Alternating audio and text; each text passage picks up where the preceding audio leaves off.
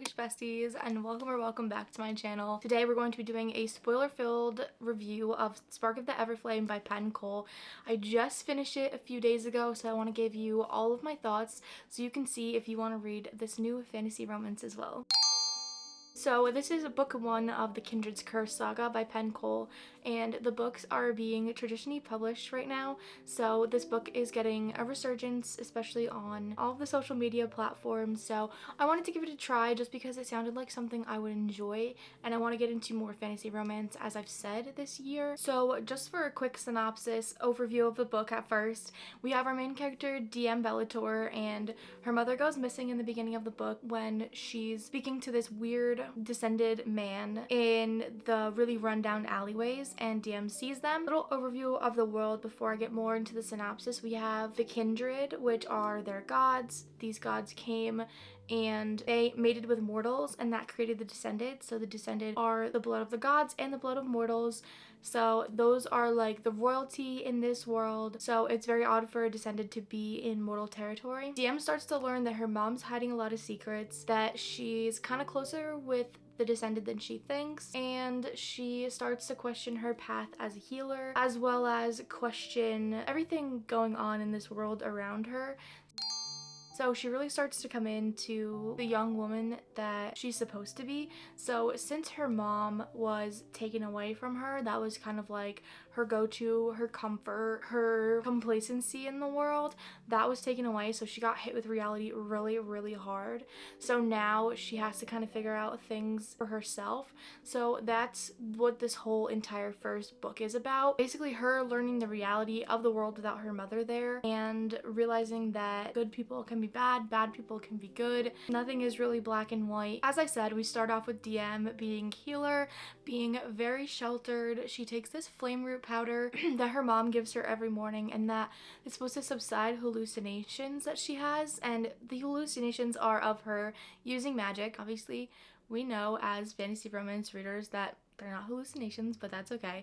So that was one predictability that I wasn't too happy about. Her mom is still with her when we start off this book. Do get the sheltered DM in the beginning. Her brother Teller goes to the Descended school, but her mom has done everything in her power to keep her away from the Descended. She doesn't let her learn about them. She doesn't let her learn how to heal them, and she doesn't let her anywhere near Lumnos City, which is where they are. Then we go into finding her mother, talking to this Descended, talking about some kind of deal, some kind of secrets they have, and then all of a sudden her mom disappears. And in that same alleyway, this like really creepy like looking old woman tells her to stop taking the flame root powder, tells her that her dad is still alive, which she believes her dad is dead, and we don't know who he is, but obviously we'll get into some theories in a minute. She has this very odd interaction, and the woman has like magic that she uses on DM. She goes home, her mom's missing. We skip 6 months. There's no sign of her mom leaving. There's no sign of anything that happened. But since the woman in the alleyway told her to stop taking the flame root powder, she does stop taking it, and that increases her rage. So there's this voice in her head, she calls it, that keeps telling her to fight. So it's a very rageful thing that she's feeling. So not only do I think it's like suppression of who you are, but I think it's also coming out more because her mother is gone and she feels abandoned. So not only is it representative of everything she's been suppressing since she was young, but it's also a representation of how she feels about her mother being gone. And I forgot to mention that she does look different than everyone else. So mortals always have brown hair and brown eyes in this world, but when she was a teenager and hit puberty, she had her brown eyes and brown hair turned white/gray. That is a little bit representative of the Descended, who they just have very like colorful hair, but they always have colorful eyes. So the Descended of Lumnos City, which again I told you she was in, all have blue eyes. So she has these weird like white gray eyes, and everyone thinks she's a Descended, but her mom just told her that it was an illness. She starts to display her powers more and more while she travels with Henry, and she learns more and more about this mortal rebellion going on. But she also starts learning more about the palace and Prince Luther, as well as the king and Princess Lily, because she becomes the palace healer instead of her mom. She has a pull towards Luther and he obviously has a pull towards her.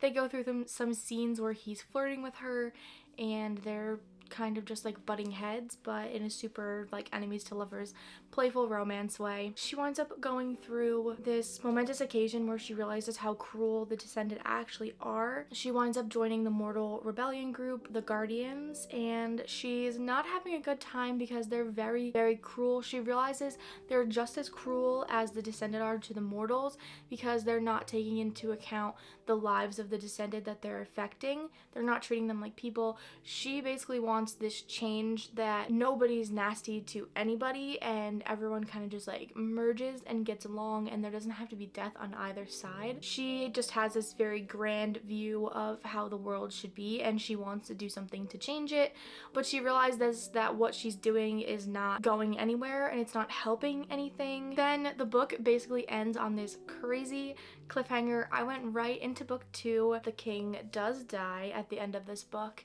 and the crown transfers to the most powerful Descended, and it's always been Luther that has been the heir to the crown. It winds up on the head of our very own DM Bellator, and I loved that. That I did not predict. If I were to put this story into a few different categories and buckets, I would probably put it into kind of an enemies to lovers, slow burn, slash I think it's going to turn into a fated mates situation. A main character not understanding her heritage and not understanding that she's not mortal. Two different classes that are struggling, like power struggling. It's going to turn into a war story. It is slightly reminiscent of Agotar in the sense that we have power struggle between the mortals and the Descended, so that mimics the power struggle between, if you've ever read Agotar, that mimics the power struggle between the mortals and the fairies. And then we also have the war in Agotar that takes place, so it is reminiscent of Agotar. I want to talk about the characters a little more. DM is a feminine rage spitfire. She doesn't take shit from anybody and she's very outspoken and basically does what she wants. Like I said, she stopped taking the flame root powder, so she has a lot of unsuppressed rage in her, and I think that has to do with like 1, not knowing her father, 2, her mother disappearing, and 3, suppressing, like metaphorically, who she was for all of these years and never being exposed to a lot of the realities going on all around her, only what was happening in her small little bubble. She's very angry with the injustices happening. She's very angry at her mother. She's angry at herself. She's angry at her situation. She's angry at the situation of the world. She's just a very angry character, and the voice in her head that tells her to fight does not help. She's a very emotion-based character where if something happens, she'll go for the one she feels the most bad for in that moment. So she's a very sympathetic and thoughtful person. So she does feel bad for Descended because she doesn't know if they've ever done anything. So it's not like she just hates someone and goes for it. She's very thoughtful and, like I said, empathetic, sympathetic for just everyone around her. And I think that makes her a really great healer. She sees the duality in a lot of characters. So she sees how Prince Luther can be ruthless because he's a Descended, but she also sees how he can be very caring and sweet and kind. And then on the other hand, she sees Henry, which is her mortal best friend kind of lover. She sees how he can be very sweet and kind and caring as a mortal, but can then flip a coin and plan these really horrible attacks on Descended individuals who have nothing to do with hurting mortals or have nothing to do with hurting anybody else. They're just like doing their job or their children. There's a lot of duality in this book between like good and evil, but there's not really a good and evil. There's just everybody is super morally gray in what they're doing. Then we have Prince Luther. He's kind of your typical like broody prince, I guess. He reminds me a lot of either Hunt Athalar or Rysand, or one of those characters that's extremely broody but is only loving for his woman, and he is very drawn to DM. We don't get any of his perspective in this book, which I was just thinking that that would be something that could really improve this book, as if it was dual POV. I think getting the insight from Prince Luther on where the mom is and the things that are happening in the Descended world, as well as how he views DM. I think that that would make the story, it probably would have made it a 5-star book for me.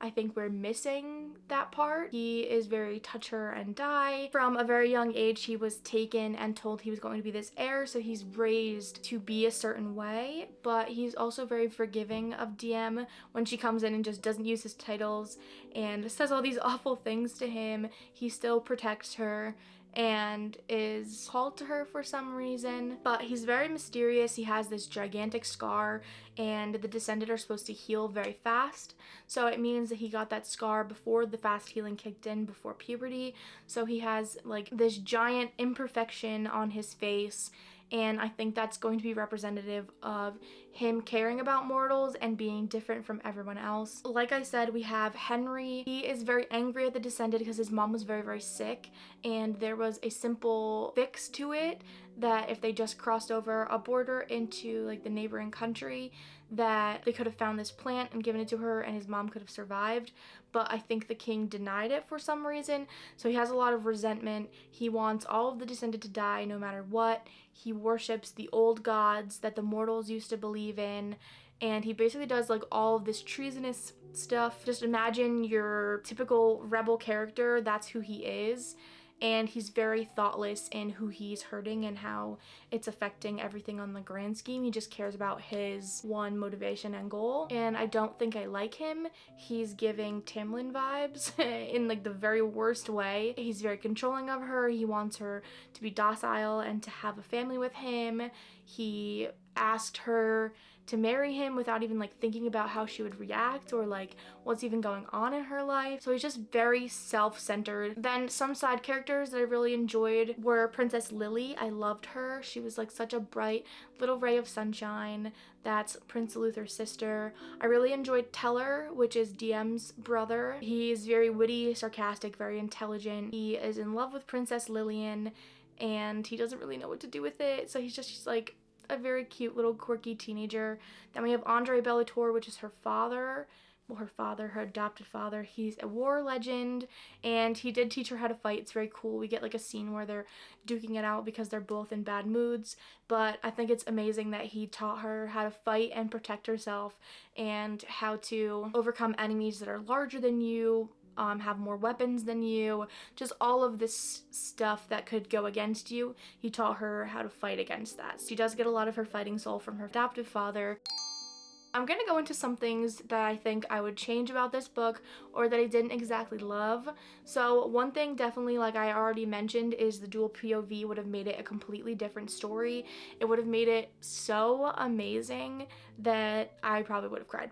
It probably would have been one of my favorite fantasy series of all time. It is very good, but I think it was missing that depth from Luther, and I like to see a lot of depth both from my female main character and my main male character. I don't want my main male character to just be like this slab of meat that's attractive and has no thoughts for himself. I like them to be very well rounded, so I think that would have improved the story a lot. The second thing I wanted to go into was the lack of depth from Luther.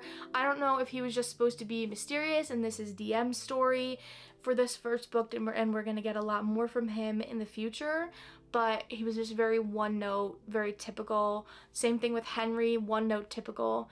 We did get a lot of depth from DM. Still, I feel like something's missing for her. A third thing is I feel like her inner thoughts, her desires, and this voice inside of her head, I feel like there's a lot of repetition that is unnecessary, like the fight, fight, fight, that voice, and then she just has like a one-track mind sometimes where I feel like it's very repetitive. And then some of the predictability in the story where you obviously know she's gonna fall for Prince Luther, you obviously know she's not going to be with Henry, you obviously know she's gonna join the Mortal Rebellion, and just a lot of these things are predictable for fantasy romance. I didn't love it. The ending was not predictable for me, so I really enjoyed that. And I also enjoy that she has these powers that she's kind of getting slowly. She doesn't know how to use them. She doesn't know how to master them. But one of my biggest pet peeves right now in the first book and in the second book is that she's completely denying that she has magical powers. Like, dude, you've used them. You've seen yourself be protected against Descended. You've seen yourself do these crazy things. Luther has told you you have magic powers and he can sense them and you can sense his magic power. And there are like so many more aspects that are just leading to her having magical powers, and she's just denying them, and it's making me rageful.